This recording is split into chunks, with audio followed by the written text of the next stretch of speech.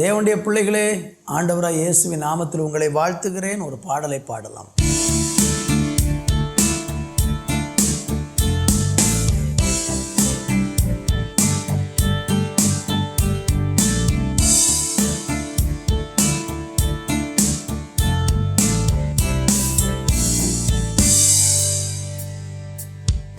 കഷ്ടങ്ങളിലും പതറിയിടല്ലേ, കണ്ണുനീരിലും തളർന്നിടല്ലേ. ഞാനെന്നും നിന്റെ ദൈവം, നീ എന്നും എൻ്റേതാണേ. ഞാനെന്നും നിന്റെ ദൈവം, നീ എന്നും എൻ്റേതാണേ. കഷ്ടങ്ങളിലും പതറിയിടല്ലേ, കണ്ണുനീരിലും തളർന്നിടല്ലേ. ഞാനെന്നും നിന്റെ ദൈവം, നീ എന്നും എൻ്റേതാണേ. ഞാനെന്നും നിന്റെ ദൈവം, നീ എന്നും എൻ്റേതാണേ. നിന്റെ വിശ്വാസമോ ഭംഗം വരികയില്ല, അത് പ്രാപിച്ചിടും നിശ്ചയം. അത് പ്രാപിക്കുമ്പോൾ നഷ്ടം ലാഭമാകും, ദുഃഖം സന്തോഷമായി മാറും. നിന്റെ വിശ്വാസമോ ഭംഗം വരികയില്ല, അത് പ്രാപിച്ചിടും നിശ്ചയം. അത് പ്രാപിക്കുമ്പോൾ നഷ്ടം ലാഭമാകും, ദുഃഖം സന്തോഷമായി മാറും. നഷ്ടങ്ങളിലും പതറിയിടല്ലേ, കണ്ണുനീരിലും തളർന്നിടല്ലേ. ഞാനെന്നും നിന്റെ ദൈവം, നീ എന്നും എൻ്റേതാണേ. ഞാനെന്നും നിന്റെ ദൈവം, നീ എന്നും എൻ്റേതാണേ. നിന്നെ തകർക്കുവാനോ നിന്നെ മൂടിക്കുവാനോ അല്ലല്ല ഈ വേദന. നിന്നെ പണിതെടുത്ത് നല്ല പൊന്നാക്കുവാൻ അല്ലയോ ഈ ശോധന. നിന്നെ തകർക്കുവാനോ നിന്നെ മൂടിക്കുവാനോ അല്ലല്ല ഈ വേദന. നിന്നെ പണിതെടുത്ത് നല്ല പൊന്നാക്കുവാൻ അല്ലയോ ഈ ശോധന. നഷ്ടങ്ങളിലും പതറിയിടല്ലേ, കണ്ണുനീരിലും തളർന്നിടല്ലേ. ഞാനെന്നും നിന്റെ ദൈവം, നീ എന്നും എൻ്റേതാണേ. ഞാനെന്നും നിന്റെ ദൈവം, നീ എന്നും എൻ്റേതാണേ. ஸ்தோத்திராண்டவரே, இந்த நல்ல வேலைக்காக நாங்கள் உமக்கு மனதார நன்றி சொல்லி மகிமைப்படுத்துகிறோம் அப்பா. எங்களுடைய எல்லா கஷ்டங்களிலும் நீங்கள் எங்களுக்கு துணையாக இருந்து, எல்லா கஷ்டங்களிலும் நீர் எங்களுக்கு ஆறுதலாக இருந்து, எங்களை மேன்மைப்படுத்தி கனப்படுத்தி உயர்த்த போகிற நல்ல கிருபைக்காக உமக்கு நன்றி. ஆவியானவர் கூட இயேசுவின் நாமத்தில் பிதாவே, ஆமேன், ஆமேன். ஏசாயா தீர்க்க தரிசன புஸ்தகம் 64ஆம் அதிகாரம் 8வது வசனத்தை முதலாக வாசித்து இன்றைக்கு நம்ம தியானிக்க போகிறோம். அந்த வேத பகுதியை இப்பொழுது நான் வாசிக்கிறேன். இப்பொழுதும் கர்த்தாவே, நீர் எங்களுடைய பிதா, நாங்கள் களிமண், நீர் எங்களை உருவாக்குகிறவர், நாங்கள் அனைவரும் உமது கரத்தின் கிரியை. அன்பு தேவப்பிள்ளைகளே, வாசித்த இந்த வேத வசனத்தில் இருந்து தேவன் நம்மளை அழகாக வடிவமைக்கக்கூடிய ஒரு சிருஷ்டி கர்த்தராக இருக்கிறார் என்கிறதை சத்தியத்தை இன்றைக்கு நம்ம தியானிக்க போகிறோம். கர்த்தராகிய தேவன் நம்மளை உண்டாக்கினார், நம்மளை படைத்தார், நம்மளை எல்லாரையும் சிருஷ்டித்தார். நாம் எல்லாரும் அவருக்குரியவர்களாக இருக்கிறோம்.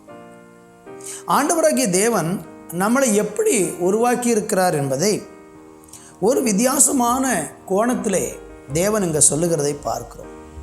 என்ன சொல்லுகிறார்? இப்பொழுதும் கர்த்தாவே, நீர் எங்களுடைய பிதா, நாங்கள் களிமண், நீர் எங்களை உருவாக்குகிறீர், நாங்கள் அனைவரும் உமது கரத்தின் கிரியை என்று சொல்லப்பட்டிருக்கிறது. அப்படியானால் நாம் எல்லாரும் தேவனுடைய கரத்தில் இருக்கக்கூடிய ஒரு களிமண் என்று வேதம் நமக்கு சொல்லுகிறது. ஒரு குயவன் ஒரு களிமண்ணை எப்படி உண்டாக்குகிறான், எப்படி உருவாக்குகிறான், எப்படி அவன் வனைகிறான் என்கிற காரியத்தை நாம் எல்லாரும் நன்காக அறிந்திருக்கிறோம். இன்றைக்கி நீங்களும் நானும் ஒரு காரியத்தை அறிந்து கொள்ளுங்கள். தேவனுடைய கரத்தில் உருவாக்கப்படுகிற ஒரு களிமண்ணாகத்தான் தெய்வம் நம்மளை வச்சிருக்கிறார். அந்த குயவனுக்கு தெரியும் இந்த களிமண்ணை எப்படியாக வனைந்து உருவாக்கி என்ன அதற்கு வடிவம் கொடுத்து அதை எப்படி அழகுபடுத்தி அதை என்ன காரியத்திற்காக பயன்படுத்த வேண்டும் என்கிற எல்லாவற்றையும் தீர்மானிக்கிறவர் இந்த குயவனாக இருக்கிறார். என்னை கவனித்து கொண்டிருக்கிற அருமையானவர்களே, ஒரு மண் பாண்டம் அல்லது ஒரு பாத்திரம் அநேகருக்கு பயனுள்ள ஒரு பாத்திரமாக மாறுவதற்கு அது ஆரம்பத்தை நீங்கள் நன்றாக கவனித்து பார்க்கணும்.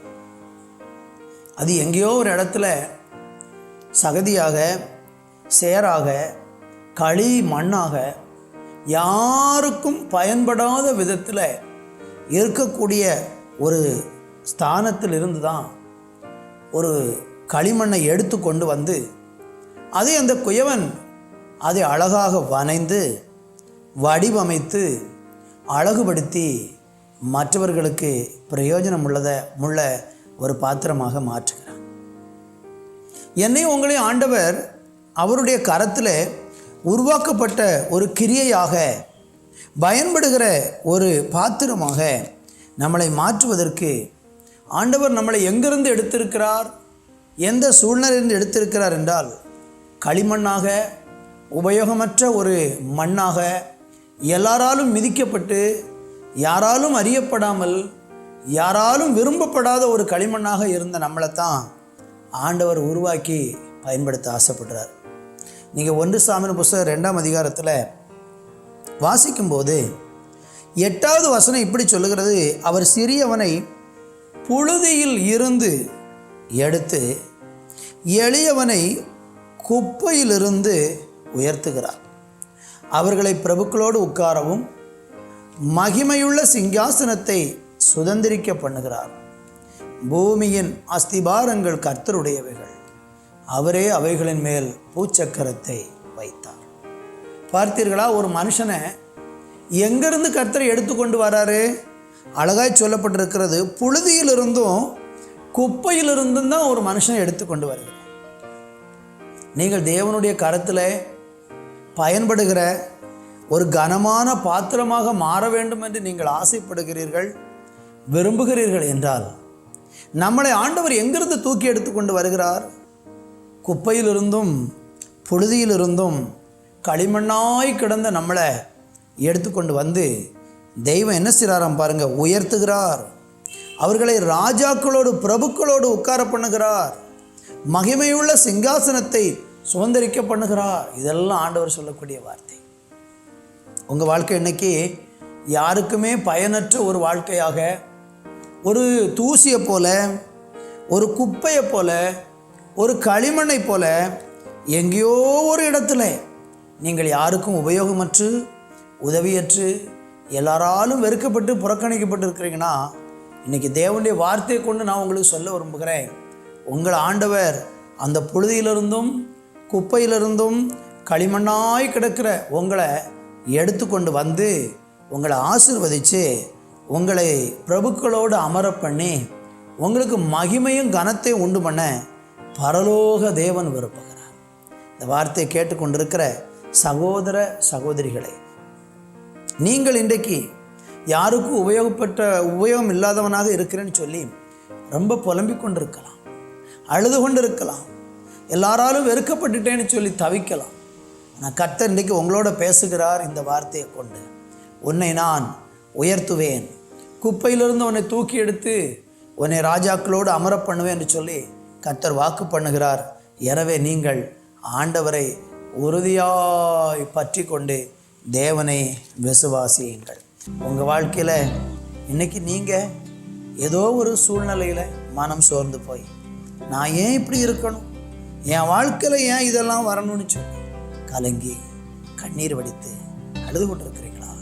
நான் உங்களுக்காக ஜெபிக்க விரும்புகிறேன். ஒரு நம்பிக்கை இன்றைக்கு உங்கள் இருதயத்தில் வரட்டும். என்ன ஆண்டவர் ஒரு நோக்கத்துக்காக படைச்சிருக்கிறார், நான் தேவனுக்கு மகிமையான சாட்சியாக வாழ என்னை ஒப்பு கொடுக்குறேன்னு சொல்லி உங்கள் வாழ்க்கையை ஒப்பு கொடுங்க. கர்த்தர் உங்களை ஆசீர்வதிக்க போகிறார். நம்ம எல்லாரும் சேர்ந்து ஜெபிக்கலாம். நல்ல பிதாவே, இந்த நல்ல வேலைக்காக நன்றி. தேவன் எங்களை உண்டாக்கின உருவாக்கினதின் நோக்கத்தை இந்த நாட்களிலே அறிந்து புரிந்து தேவனை மகிமைப்படுத்த நீர் எங்களுக்கு கிருபை தாங்கப்பா. எதற்காக எங்களை உருவாக்கினீங்கிற அந்த உண்மையை நாங்கள் அறிந்து இன்றைக்கு இந்த சத்தியத்தை கேட்டிருக்கிறோமே, இந்த சத்தியத்தின் நிமித்தம் தேவனை மகிமைப்படுத்தி வாழக்கூடிய பாக்கியத்தை எங்களுக்கு தந்திரணும். எல்லாரையும் ஆசீர்வதியும், நாமத்தை மகிமைப்படுத்தி இயேசுவின் நாமத்தில் ஜெபிக்கிறோம் எங்கள் நல்ல பிதாவே. ஆமென், ஆமென்.